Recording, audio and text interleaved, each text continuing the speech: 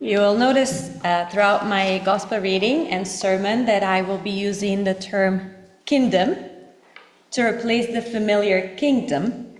In fact, that's how I sent it out to Chris, but she must have thought I made a typo, but it was intentional. So let me introduce this term. It's actually a term that is widely used today in various Christian circles. It was crafted by Cuban-American theologian Ada Maria Isasi Diaz, who observes that kingdom language can seem discordant with a gospel that brings down the powerful from their thrones and lifts up the lowly. A kingdom, according to Dr. Isasi Diaz, is a socio-political hierarchical system where one individual or family is supreme ruler over a collective.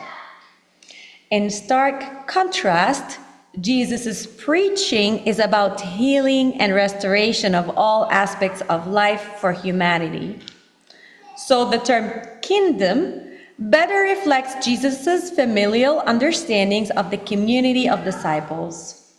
Jesus creates and grounds his community of disciples in the principles of kinship.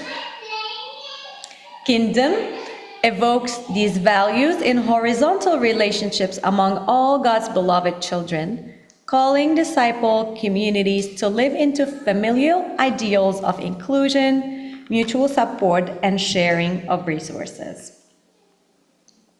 And so I'm going to be reading from Matthew chapter 13, verses 31 to 33, and then 44 to 52. Jesus put before them another parable. The kingdom of heaven is like a mustard seed that someone took and sowed in his field.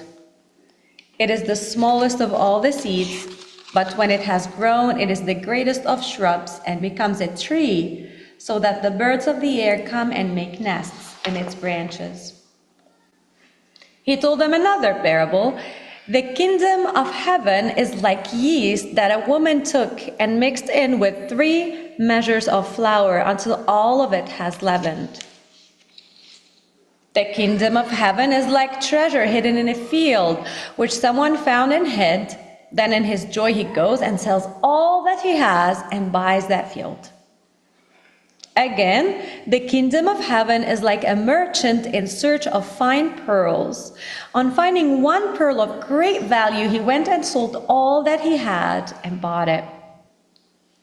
Again, the kingdom of heaven is like a net that was thrown into the sea and caught fish of every kind.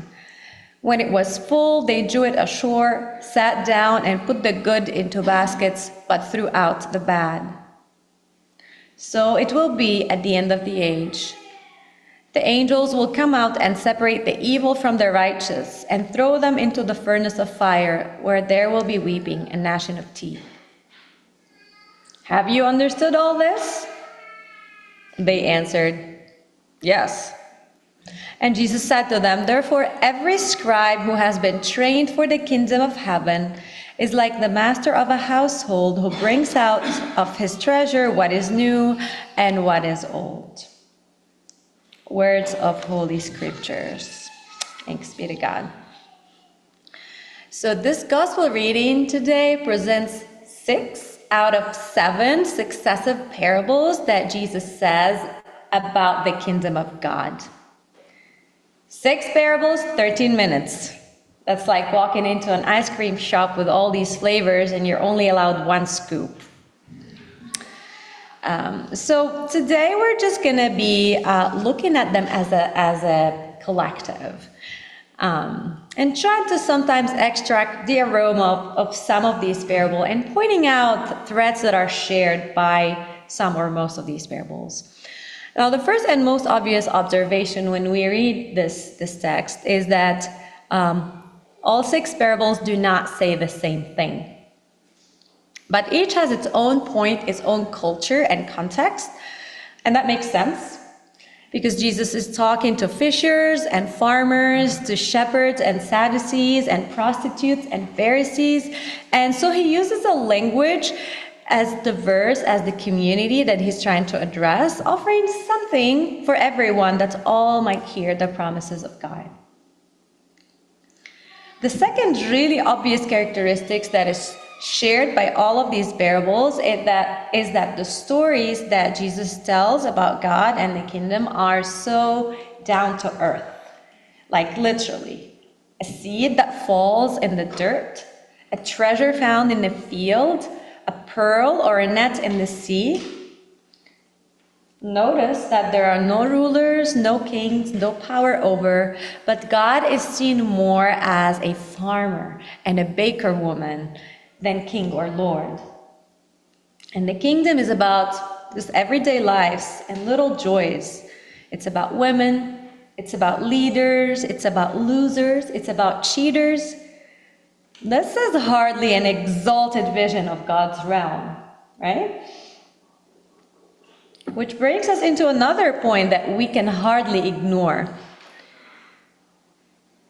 There is some weirdness, some shadiness in these parables. There is something stealthy about hiding the yeast. Something unscrupulous about hiding a treasure in a field and then buying that field. There is something dumb about selling everything in exchange for one little pearl. There is something scandalous about likening the kingdom to a mustard shrub that is an invasive weed that actually nobody wants in their field. There is something impure about yeast in the Hebrew theology. So it makes us wonder, what is Jesus getting at? Well, it doesn't sound so much unlike Jesus. This realm he describes does not look like what's considered normative for his society. And I think it's not a stretch to say that Jesus intentionally describes God's realm as one that is fundamentally different from Rome's. And this is where it gets exciting. I'm going to ask you to try and think of a modern alternative to the Roman Empire. A materialistic empire obsessed with power and wealth, capitalizing on the small and the weak to grow the privileged and the rich. Anything comes to mind? British monarchy. Anything closer? Let's keep thinking about this one.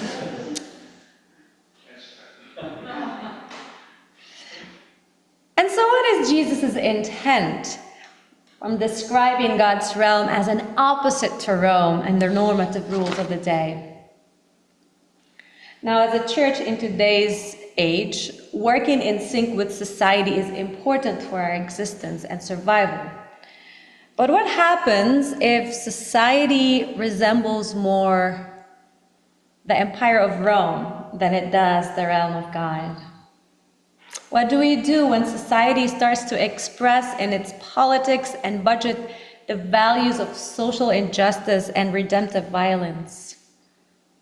Which is what we see today, right?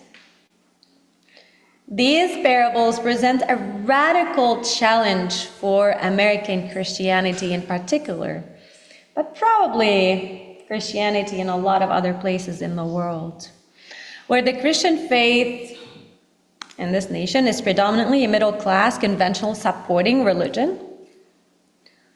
So in these parables is an invitation to grow a society that values the contemporary equivalents of wheat, of yeast, of thieves and merchants. But then again, do we live completely separated and alienated from conventional values and structures? It is hard to even imagine in today's world, and I don't even pretend to have the answer. But maybe, friends, that is the challenge. Maybe this is the challenge of the parables, to keep us continuously asking those hard questions and continuously imagining a different world, even as our survival requires that we comply with the rules of society. As many of you probably already know, last week the war finally broke all over Lebanon. It's been a year of threats. And it's been terrifying to wake up every morning to call my family just to check whether they're alive. And as you may also know, living by the ordinary rules of this society means business as usual for most of us, for those of us who are living on this side of the conflict, including myself. In fact, we have become all complicit in the war without our permission, simply by fulfilling our roles as citizens and paying our taxes. It sucks. We don't like it, but we live in the empire. And because all of this is not intimidating enough, Jesus asks the disciples and us, "Have you understood all this?" And the disciples said, "Yes." And I heard somebody laugh when I was reading the gospel, and I said, "Yes," because like me, you probably don't believe them. I don't believe that yes. I think the disciples rarely ever understand all this when Jesus teaches. Some scholars have interpreted their yes as a fear or shame response. They don't want to admit their ignorance and disappoint Jesus. Do you know how many of these yeses I have said? So in light of what is happening in my people's lives, for me, pondering this concept of a kingdom where God rules feels so urgent and also so very distant. I wish God would just intervene and make it all happen, make it all right. But the struggle of being human, as shown in these very down-to-earth parables, is that we are the ones responsible for bringing this kingdom closer. And that's the problem. Until I learn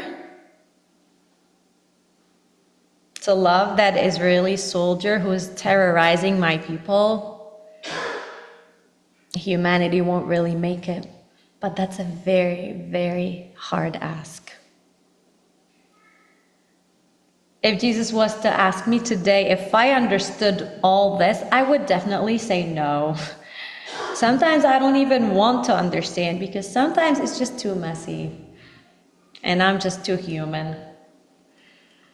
The kingdom is such a messy concept, especially when we are hurting and the world is hurting because of human failure to love. But maybe, friends, part of the point is that we will never fully grasp and understand the radicalness and the diversity of God's realm. Maybe if we don't understand yet, then we continue to be seekers. Maybe the kingdom is not about understanding, but continuously looking in the ordinary, trying to find ways to describe and express God's intent for creation, for the world, and for community. Maybe part of the point is that the kingdom will operate under different values and will make us do things that will make others question us. The text poses more questions than it offers answers, actually. How is God invading our orderly sense of things, like a tiny but invasive mustard seed? How is God invading our certainties and our boundaries to create out of it all something new and different and shocking? What language would we use in our context to get people to hear the character of God that is forming a community where people find healing, where people are moved to seek, where people recognize value and give everything for it? How can we, whether in our ministry as a church or in our everyday lives as individuals, embody the mystery of the meeting of the divine and the human? How can we honor both God and fellow humans? In such a messy world. Hard questions. Jesus rightly asks his disciples, do you understand all this? Probably anticipating no as an honest answer. And so I'm guessing the question for us today too is, have you understood all this? Conceivably, the answer is no. Perhaps we don't need to understand. Perhaps we just need to love. Radically, fully, foolishly. And let God's stealthy, unscrupulous, dumb, scandalous, and invasive kingdom invade our sense of fake safety and ostensible peace. And perhaps then, friends, we can be a part of that kingdom. May it be so. Amen.